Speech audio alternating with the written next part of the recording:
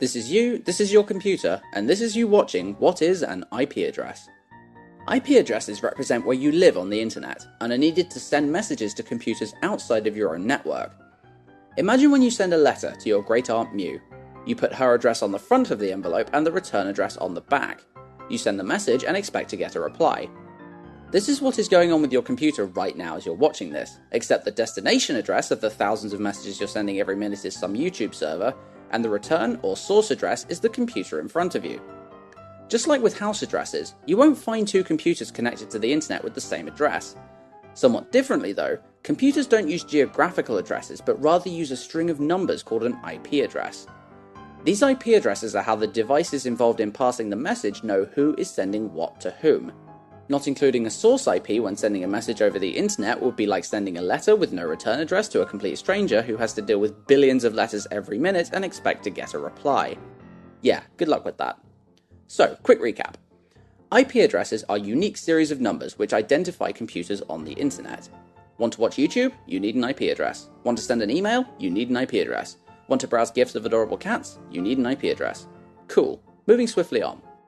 If you look at an IP address in a bit more detail, you'll notice that it's basically 4 numbers separated by dots. This particular IP address would be pronounced 192.168.1.1.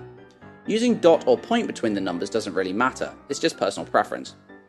As mentioned in a previous video, sending information across the network will eventually lead to ones and zeros being transmitted in the form of electrical signals. An IP address has 32 of these ones and zeros. With a little bit of arithmetic, we can work out that there are 4,294,967,296 addresses available for use on the internet. Wait, hang on. There are 7 billion people in the world, about 3 billion of whom are connected to the internet. Some of these people will have multiple internet-connected devices, the number of which is going up literally every second. Aren't we running out of addresses? Why yes, we most certainly are.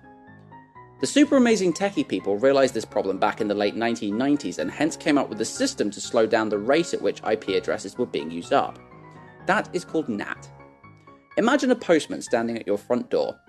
Looking towards the house is like looking at the devices on your home network, and looking out towards the road is like looking out towards the internet. The postman takes 3 letters, one from Alex watching YouTube, one from David sending an email, and one from Jane watching GIFs of adorable cats. The postman sends off these letters and any replies get given to him. He then comes back to the house with the replies and gives them to Alex, David and Jane respectively. Same idea with NAT. It takes multiple addresses from inside your network and presents a single IP address pointing out towards the internet, thus reducing the number of IP addresses used. This is why if you take a look at your network settings at your house and then ask a friend to do the same at theirs, it's likely you'll have incredibly similar IP addresses. NAT is working in the background.